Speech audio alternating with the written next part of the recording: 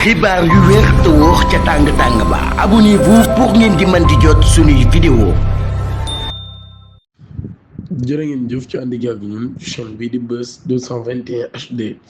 mbirum Pape Cheikh Diallo styliste bii di Ady Gueye ak bongo man bu nekk ca Saly daan nañ leen di yóbbu kaso. brigade de recherche de la compagnie bu gendarmerie bu Kër Massar daan na présenté àjjuma 6 dernières interpellés yi nga xam ne kon daan na leen teg loxo ci mbirum Pape Cheikh Diallo ak ñi ñu àndal. juge d'instruction bu premier cabinet près le tribunal de grande instance de Pikine Guédiawaye daan na xam ne nag daal ñoom ñi kon daan nañuy amal seen guddi gu njëkk ci kaso bu ñu sukkandikoo ci information exclusive yu Seneweb magistrat instructeur bi daan nañ inculpé ginnaaw bu ma place su mandat de dépôt styliste Ady Gueye ak bongoman bi di Omar Gningue daan leen arrêté à Saly ak ñeneen nit yoo xam ne daan na leen di jàpp ngir association des malfaiteurs ak contre nature ak yeneen chef d'inculpation yoo xam ne daan nañ ko def ci seen kaw. pour fàttali nag réquisitoire introductif bi nga xam ne le procureur Sall di ko moom mi moo kii woon la mandat de dépôt contre les 12 premiers interpellés dont Pape Cheikh Diallo Djiby Dramé ak ñi nga xam ne ñoom ñoo ci bokk au total 63 suspects daan nañuy daanukon ci boobale mbir ci affaire bi nga xam ne nag moo ñeel mbirum Pape Cheikh Diallo ak ñi mu àndal.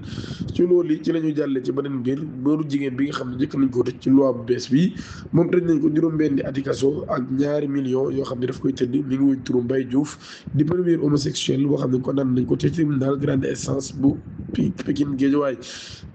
sous la nouvelle loi. Première décision judiciaire la boo xam ni ñi ngi ko daal di jël depuis la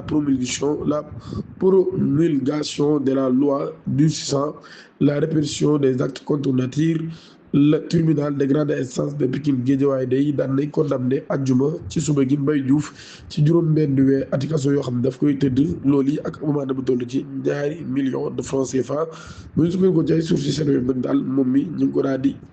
jàpp wala boog le procureur Sall di ko ci boppam nag daal moom moo ko daal téye ginnaaw bi nga xam ne jàpp nañ ko flagrant délit ci fu jege fi nga xam ne moo di arène nationale bi lépp mi ngi commencé le 2 avril 2026 ginnaaw bi nga xamee ni mbir daan nay weesu.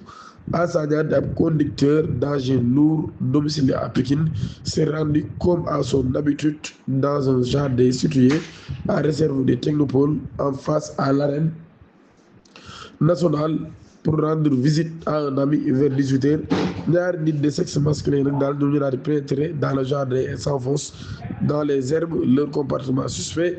éveille les soupçons des témoins qui décident de s'approcher discrètement. Arrivé à leur niveau, Assadia ci la gisee Mbaye Diouf bu wàccee pantalon ba ci genou nag daal nekk di amal ay rapports sexuels ak keneen koo xam nag daal moom mi ngi làqatu woon ci ginnaaw garab yi. bi mu gisee nag loolu yi moom tey mooy daal di ñëw ba jege partenaire bi ki nga xam ne moo di partenaire nag daal di daw kon Mbaye Diouf gêné par son pantalon qui avait baissé ne peut échapper pour parvenir pour contestation des faits. Sadia a filmé la scène sur le vif avant de conduire la mise en cause au commissariat central de Guédiawaye maanaam moom ci jëmmi boppam moo ko filmé ba pare kon daal koy jël yëpp ko Guédiawaye daal koy yoole ñu jàpp ko. amoo da leen ngeen activé cloche de notification bi te aimé vidéo bi jërë ngeen